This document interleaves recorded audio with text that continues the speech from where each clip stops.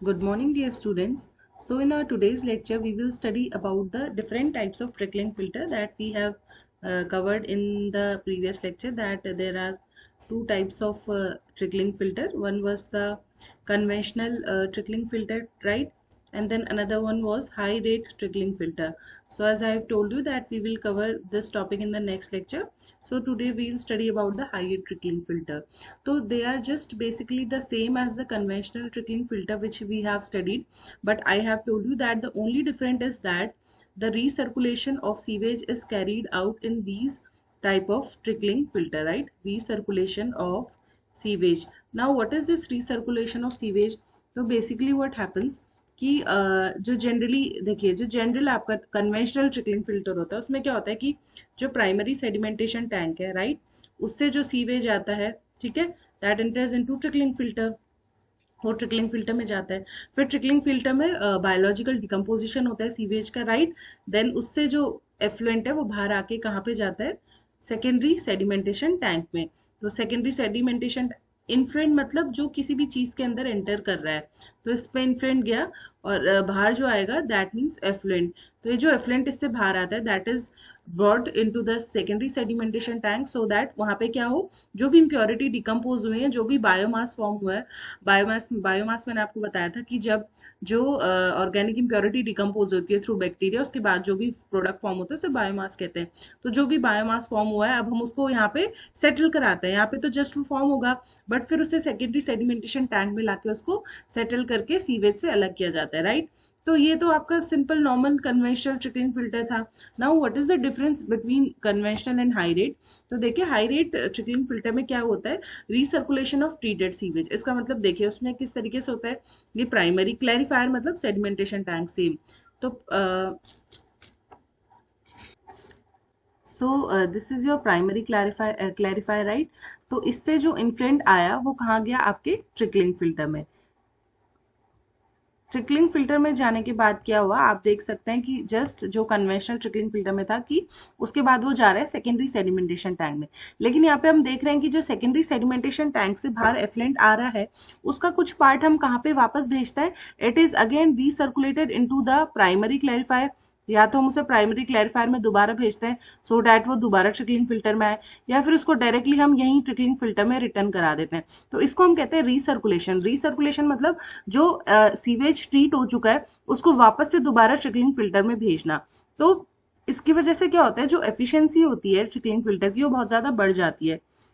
So why, what are the reasons why recirculation is done?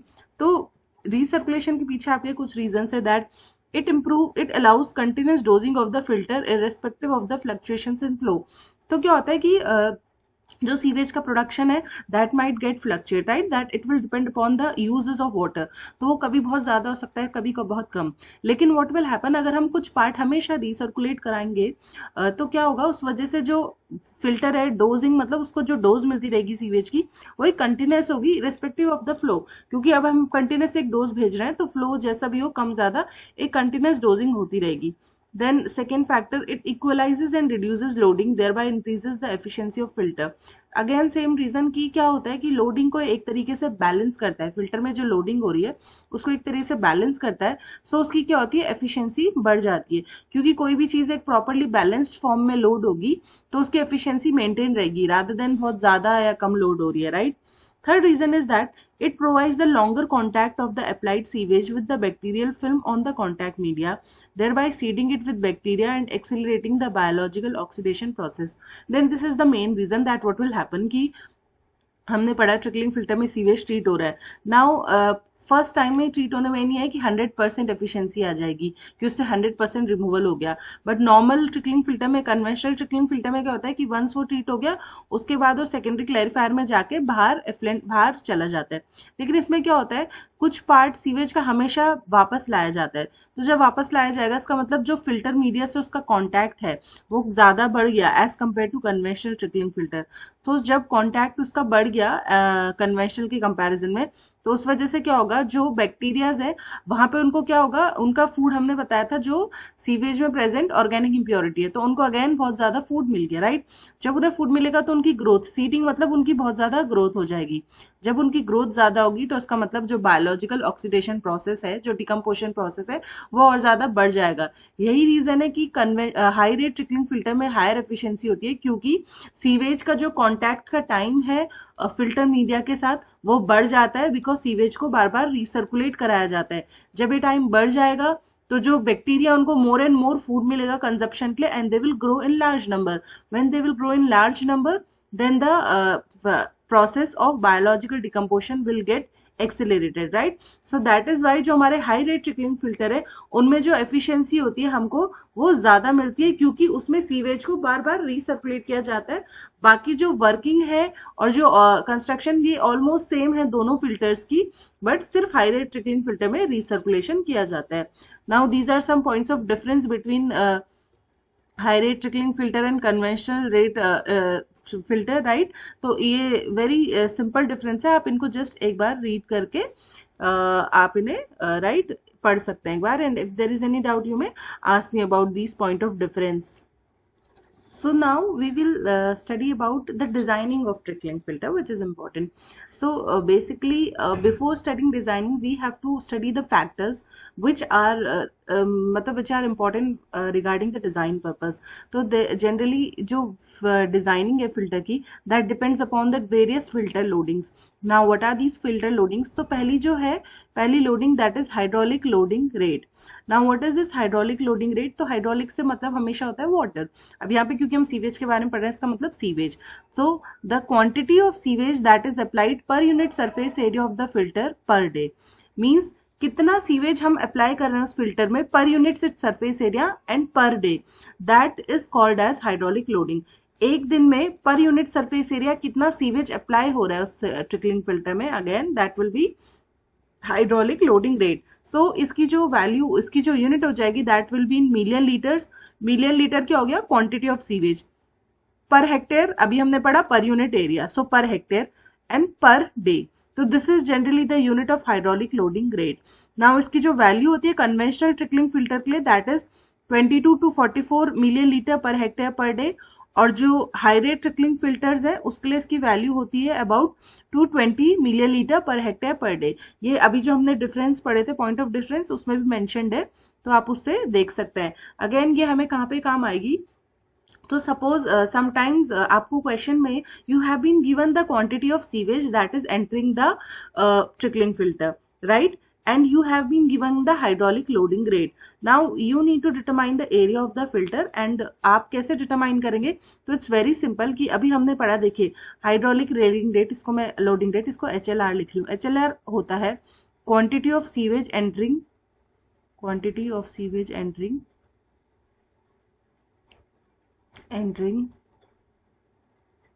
per day, ठीक है? और यहाँ पे आपको अगर आप, और नीचे हमने पढ़ा था it is per day per unit area, ये होता है, ठीक है? पर यूनिट एरिया होता है हाइड्रोलिक लोडिंग रेट. नाउ अब अगर आपको क्वेश्चन में क्वांटिटी ऑफ सीवेज एंटरिंग पर डे गिवन है कि कितना है, एंड देन अगर आप उसको हाइड्रोलिक लोडिंग रेट से डिवाइड करेंगे तो वो आपको सिंपली क्या दे देगा? आपको एरिया दे देगा उस फिल्टर का कि कितना फिल्टर का एरिया है, राइट? कैसे देगा एरिया? फॉर एग्जाम्पल सपोज कोई भी प्लांट है, सीवेज ट्रीटमेंट प्लांट है, उसमें जो डेली सीवेज एंटर कर रहा है that is 30 million litre per hectare per day, ठीक है? तो डेली इतना जो है सीवेज एंटर कर रहा है, और हमें दे दिया गया जो उसकी हाइड्रोलिक लोडिंग रेट है, सॉरी पर डे आपको कितना गिवन है, तो suppose it is 30 million litre पर डे. ये आपको गिवन है कि इतना सीवेज रोज उसमें एंटर कर रहा है, और आपके पास हाइड्रोलिक लोडिंग रेट भी है, सपोज इट इज 5, तो इट इज 5. अभी हमने हाइड्रोलिक लोडिंग रेट की जो वो पढ़ी है unit, that is million litre per hectare पर डे, राइट?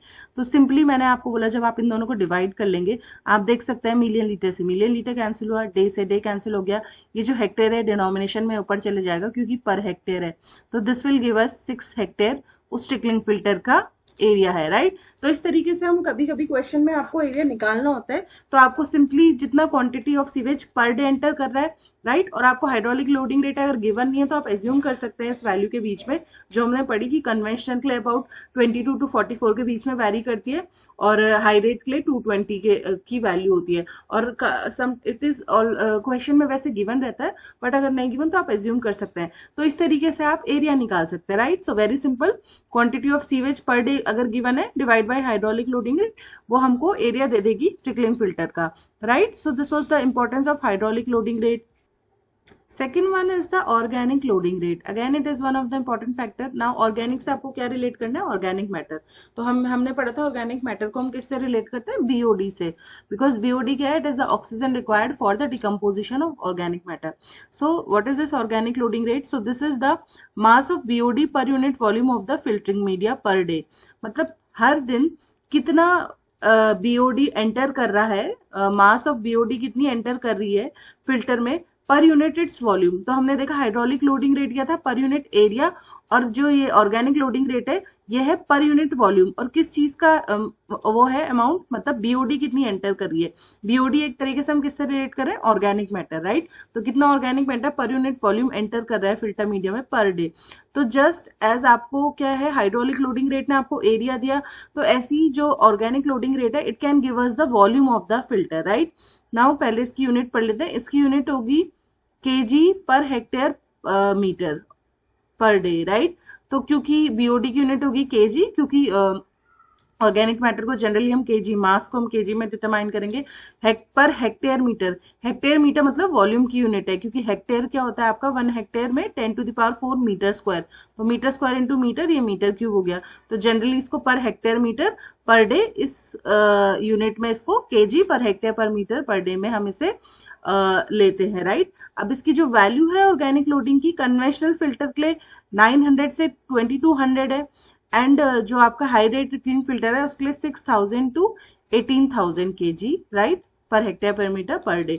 तो ये इसकी वैल्यू होती है। तो आपको अगेन ये वैल्यू ध्यान में रखनी है, राइट, दोनों हाइड्रोलिक लोडिंग रेट एंड और ऑर्गेनिक लोडिंग रेट के। एंड अभी जैसे मैंने बताया कि with an assume value of organic loading, आप एज्यूम कर सकते हैं ऑर्गेनिक लोडिंग को, आप we can find out the total volume of the filter by dividing the total BOD of sewage entering the filter per day.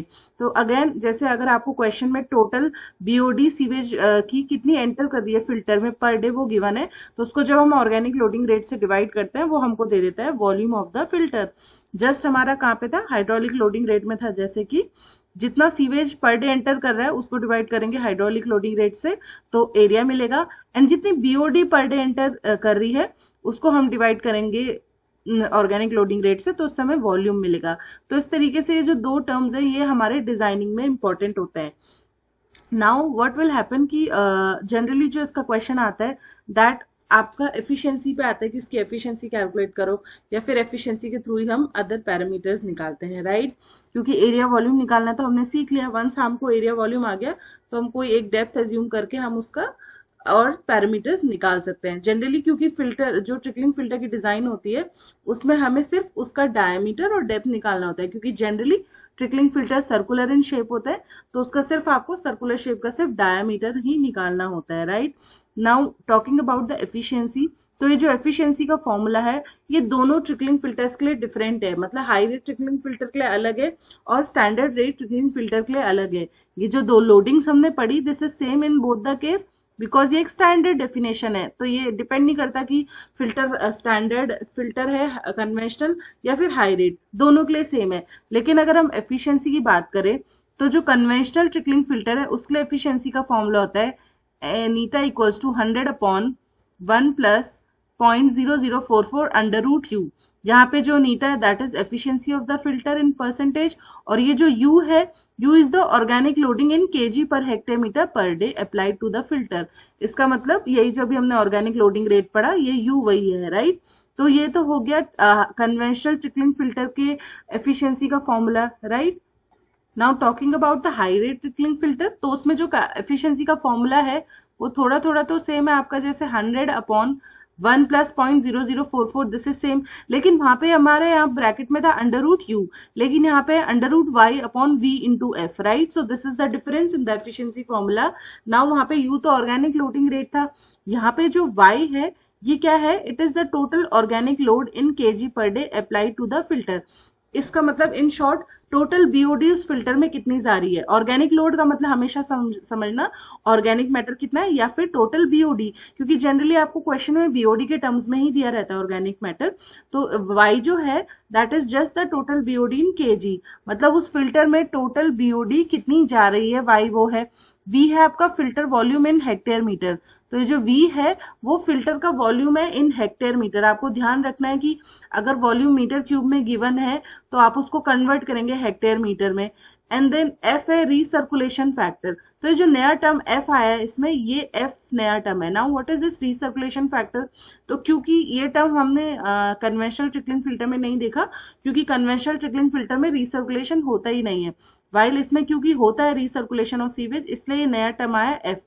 Now ये F की जो value होती है ये होती है 1 अगेन इसका फॉर्मूला भी आपको याद रखना है रीसर्कुलेशन फैक्टर का, 1 plus R by I divide by 1 plus 0.1 R by I का होल का स्क्वायर। नाउ आपको फॉर्मूला याद रखना है because in the question factor is not given, recirculation factor is not given, you just have to determine it. Now यहाँ पे जो are है, आर का मतलब है, यहाँ पढ़ सकते हैं आप, ratio of volume of sewage recirculated, मतलब जितना वॉल्यूम हमने सीवेज का रीसर्कुलेट किया है to the volume of raw sewage. ये जो आई है वॉल्यूम ऑफ रॉ सीवेज, मतलब टोटल वॉल्यूम कितना था सीवेज का, वो आई हो गया रॉ सीवेज, राइट, कि जिसे ट्रीट नहीं किया है, और आर है कि कितना सीवेज हम ट्रीट करके रीसर्कुलेट करा रहे हैं। तो इन दोनों का रेशियो जो है इसको हम कहते हैं recirculation ratio, that is R by I. तो ये जो आर बाय आई है जनरली आपको क्वेश्चन में गिवन रहता है कि इतना टोटल सीवेज था और इतना रीसर्कुलेट किया, तो उसके थ्रू आप निकालते हैं recirculation ratio. Once you get this recirculation ratio उसके बाद आप निकालते हैं ये रीसर्कुलेशन फैक्टर। तो आपको ध्यान रखना है कि बच्चे बहुत बार गलती करते हैं कि रीसर्कुलेशन रेशियो और रीसर्कुलेशन फैक्टर को सेम मानते हैं, these are two different things. Factor का फॉर्मूला है 1 plus R by I upon 1 plus 0.1 R by I का होल स्क्वायर। अब इस आर बाई आई को भी एक सिंपल टर्म दे दिया, that is recirculation ratio, right. तो रीसर्कुलेशन रेशियो किसका रेशियो है, सिंपल, जितना सीवेज रीसर्कुलेट किया टू द टोटल जितना सीवेज था। तो इस तरीके से जो एफिशिएंसी के फॉर्मूले में एफ एस की वैल्यू हम इस तरह निकालते हैं। अगर ना आपको ध्यान देना है कि रीसर्कुलेशन फैक्टर अलग चीज है which is F, and recirculation ratio अलग चीज है that is the ratio of R by I, right. तो अगर आपका कुछ भी रीसर्कुलेशन नहीं हुआ है तो आपका रीसर्कुलेशन जो रेशियो हो जाएगा दैट विल बी जीरो, क्योंकि आर उस केस में जीरो हो जाएगा। अगर आपने कुछ भी सीवेज रीसर्कुलेट नहीं किया तो आर उस केस में क्या हो जाएगा, जीरो हो जाएगा, राइट। और एफ फिर उस केस में क्या हो जाएगा, 1। एफ की वैल्यू अगर आप यहाँ पे निकाले आर बाई आई को जीरो पुट करके तो एफ विल बी 1, जो कि केस होता है कन्वेंशनल ट्रिकलिंग फिल्टर में जिसमें भी कुछ भी आपका क्या रीसर्कुलेशन नहीं कराया जाता। So these 2-3 formulas are very important. एक तो आपका efficiency of conventional trickling filter तो सेम है, सिर्फ यहाँ पे आपका अंडर रूट में यू है, यानी यू क्या, ऑर्गेनिक लोडिंग रेट, ध्यान देना ऑर्गेनिक लोडिंग रेट। और यहाँ पे है under root Y upon V into F. तो वाई है कि टोटल ऑर्गेनिक लोड कितना जा रहा है उसमें, यहाँ पे रेट में ध्यान रखना है टोटल ऑर्गेनिक मैटर कितना जा रहा है। V है वॉल्यूम फिल्टर का हेक्टेयर मीटर में, और F है रीसर्कुलेशन फैक्टर। रीसर्कुलेशन फैक्टर निकालने के लिए भी आपका ये फॉर्मूला है। So now we will solve some numerical based on this so that the concept will be more clear to you.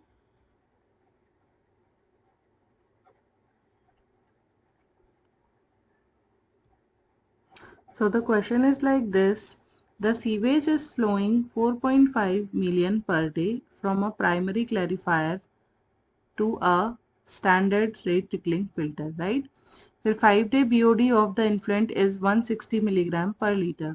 The value of adopted organic loading is 160 gram per meter cube per day, and surface loading is 2000 liter per meter square per day. Determine the volume of the filter and its depth. So now we will solve this question. So before solving we will just write down the data which has been given to us. तो total sewage जो enter कर रहा है that is total sewage entering कितना था आपका 4.5 mld, million litres per day को मैं mld लिख रही हूँ, 4.5 mld, right?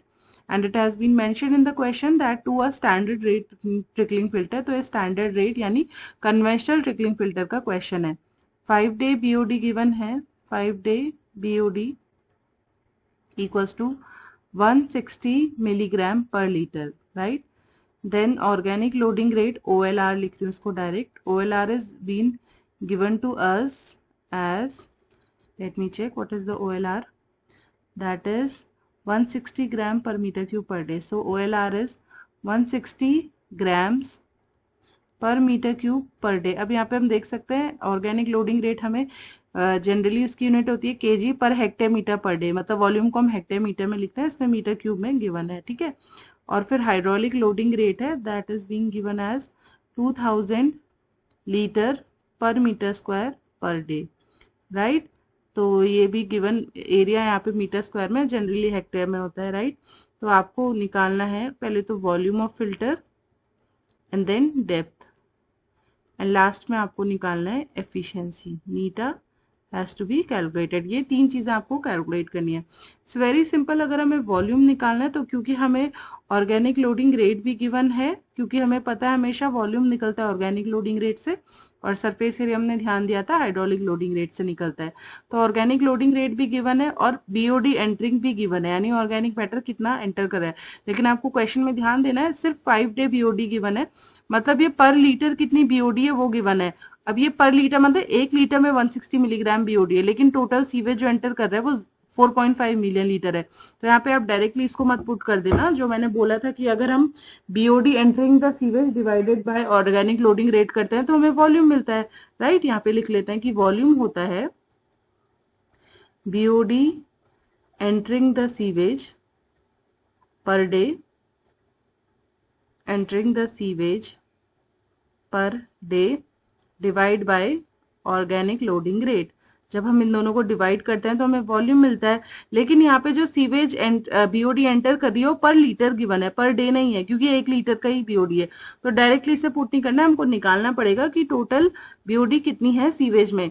तो सबसे पहले हम निकाल लेंगे total 5 days BOD, total 5 days BOD present in sewage.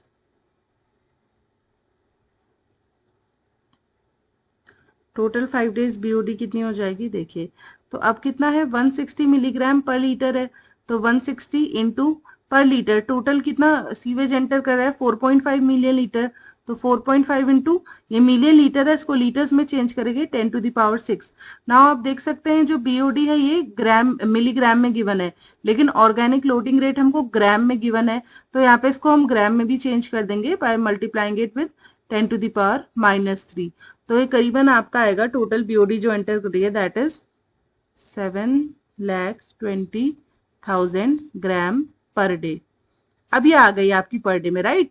क्योंकि अभी तो सिर्फ आपको पर लीटर में गिवन थी. जब हमने इसे टोटल जो सीवेज एंटर कर रहा है 4.5 मिलियन लीटर पर डे, इससे जब हमने मल्टीप्लाई किया तो ये आ गई हमारी ग्राम्स पर डे में. यहाँ पे हमने ग्राम में इसलिए कन्वर्ट किया क्योंकि जो ऑर्गेनिक लोडिंग रेट है वो ग्राम में ही गिवन है, तो वो आपका तभी दोनों यूनिट्स आपको पता होना चाहिए, न्यूमरेटर और डिनोमिनेटर में सेम होनी चाहिए.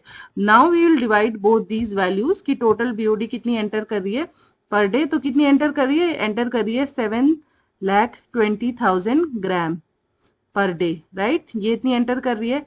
और ऑर्गेनिक लोडिंग रेट आपका कितना गिवन है that is 160 gram per metre cube per day. इसकी यूनिट भी यहाँ पे आपको लिख देते हैं सो दैट आपको मोर क्लियर हो. इसकी है ग्राम per metre cube per day, इसकी है ग्राम पर डे. तो यहाँ से आपने देखा कि ग्राम से ग्राम कैंसिल, डे से डे कैंसिल. तो यहाँ से हमें वॉल्यूम मिल गया. कितना आ गई वॉल्यूम की value 4500 metre cube, 4500 metre cube. तो इस तरीके से आप देख सकते हैं कि आपको सिंपली वॉल्यूम मिल गया जब आपको टोटल बीओडी कितनी एंटर कर रही है सीवेज में पर डे और ऑर्गेनिक लोडिंग रेट गिवन है. बस आपको क्या ध्यान रखना है, जो भी न्यूमरेटर डिनोमिनेटर में वैल्यू पुट करी है उनकी यूनिट सेम रहनी चाहिए. जैसे यहाँ पे बीओडी मिलीग्राम में गिवन थी पर आपने इसको ग्राम में कन्वर्ट किया और पर डे निकाला. ये पर लीटर गिवन थी कि 1 लीटर में इतनी है, तो आपने टोटल कितने लीटर जा रहे हैं उससे मल्टीप्लाई करके पर डे कितना बीओडी जा रही है वो हमने निकाल लिया. तो ये तो मिल गया हमको वॉल्यूम पहला पार्ट. नाउ हमको दूसरा जो पार्ट चाहिए that is depth. Now depth कैसे निकाली जा सकती है, तो सिंपल अगर आप वॉल्यूम को सरफेस एरिया से डिवाइड करें, right. So depth equals to क्या हो सकता है, depth equals to volume by surface area, तो वो आपको क्या दे सकता है, डेप्थ दे सकता है। लेकिन नाउ क्वेश्चन इज अब आप सरफेस एरिया भी कैसे निकालेंगे। तो again just as I have told you कि सरफेस एरिया क्या होता है, हमने हमेशा पढ़ा था हाइड्रोलिक लोडिंग रेट से निकाल सकते हैं।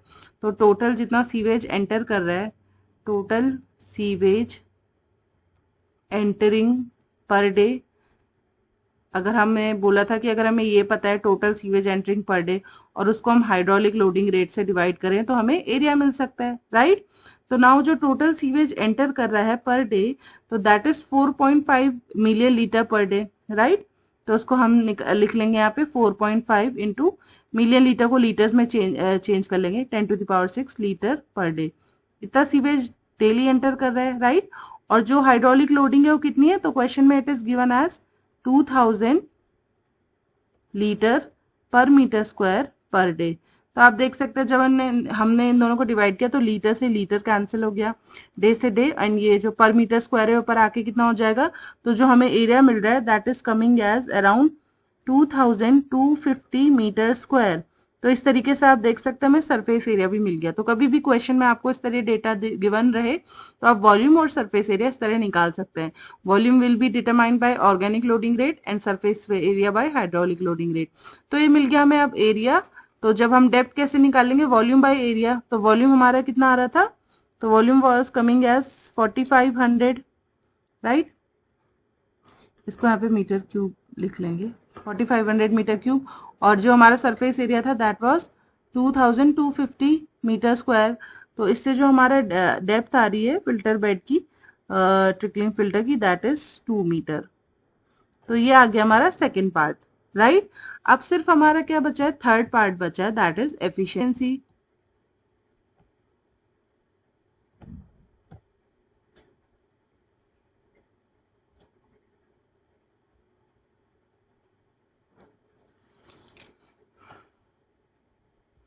आप देख सकते हैं this is the formula. But again इस क्वेश्चन फॉर्मूला में आपको ध्यान रखना है कि जो ऑर्गेनिक लोडिंग पुट करनी है वो सिर्फ केजी पर हेक्टेयर पर मीटर पर डे में ही करनी है, मतलब इसी यूनिट में आपको पुट करना है। लेकिन इन द गिवन क्वेश्चन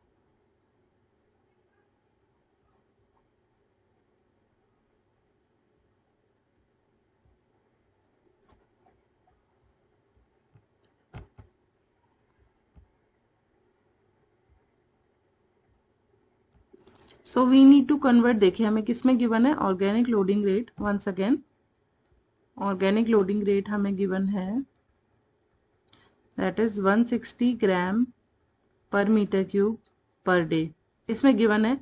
और हमको क्योंकि इसमें पुट करनी पड़ती है KG per hectare metre per day में, उस फॉर्मूले में इस यूनिट में पुट करेंगे वैल्यू तभी आंसर सही आता है, otherwise it will be wrong. So simple 160 ग्राम को तो हम सिंपल केजी में आप कैसे कन्वर्ट कर सकते हैं, इंटू 10⁻³ है ना। ये तो आपको सेम है, 10⁻³ से कन्वर्ट कर दिया। अब यहाँ पे है मीटर क्यूब पर डे, ठीक है। पर मीटर क्यूब, ग्राम तो आपका यहाँ पे था, आप इससे ध्यान दीजिए, ग्राम per metre cube per day. तो नाउ डे तो आपका सेम है, ग्राम को आपने केजी में कन्वर्ट कर दिया, इसको केजी लिख सकते हैं, right. Now this has to be converted, metre cube has to be converted to hectare metre. तो सिंपल पहले हम देखेंगे 1 हेक्टेयर मीटर में कितने मीटर स्क्वायर होते हैं। तो 1 हेक्टेयर में 10⁴ मीटर स्क्वायर होते हैं, राइट। इंटू 1 हेक्टेयर में तो लिख दिया 10⁴ metre square into metre, this will come as 10⁴ metre cube. तो 1 हेक्टेयर मीटर में 10⁴ मीटर क्यूब होते हैं। लेकिन हमको अगेन फिर से समझा रही हूँ, 1 हेक्टेयर मीटर, हेक्टेयर मीटर मतलब hectare into metre, equals to 1 hectare में कितने मीटर स्क्वायर हुए, 10⁴ मीटर स्क्वायर। और ये मीटर तो मीटर ही रहेगा, इंटू मीटर, तो this will come as 10⁴ metre cube. But question में आपको मीटर क्यूब में गिवन है, आपको हेक्टेयर मीटर में कन्वर्ट करना है। इसका मतलब 1 मीटर क्यूब में कितना हो गया, 1/10⁴ हेक्टेयर मीटर, राइट।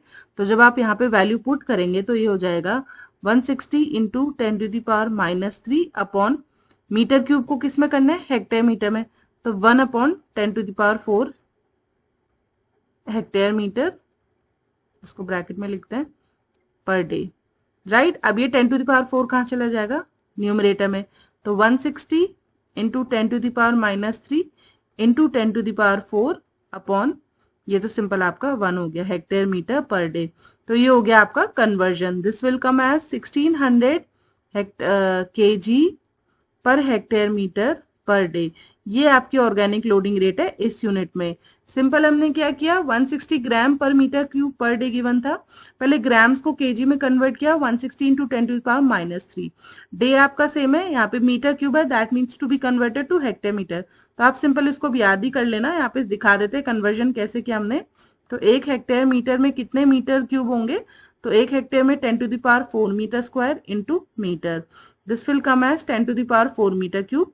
इसका मतलब 1 हेक्टेयर मीटर में 10⁴ मीटर क्यूब होते हैं, लेकिन यहाँ पे हमें मीटर क्यूब से हेक्टेयर मीटर में करना था, तो that means 1 metre cube equals to 1/10⁴ hectare metre.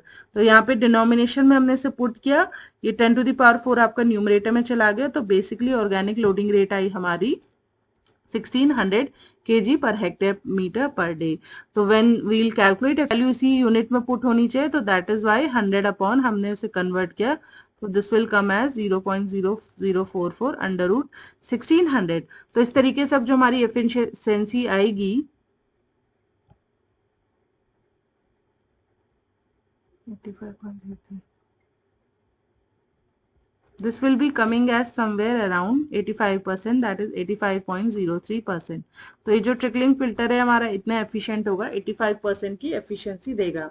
तो इस तरीके से हम न्यूमेरिकल करते हैं, राइट। तो आपको जो ध्यान देना है कि इस फॉर्मूले में, एफिशिएंसी वाले फॉर्मूले में हमेशा जो आपकी यूनिट होगी इसकी यू की, that will be in KG per hectare metre per day. और जो हमने वॉल्यूम और सरफेस एरिया निकाला, तो वॉल्यूम के लिए हमें ऑर्गेनिक लोडिंग रेट निकालनी होती से निकलता है, और जो surface area that is determined by hydraulic loading rate.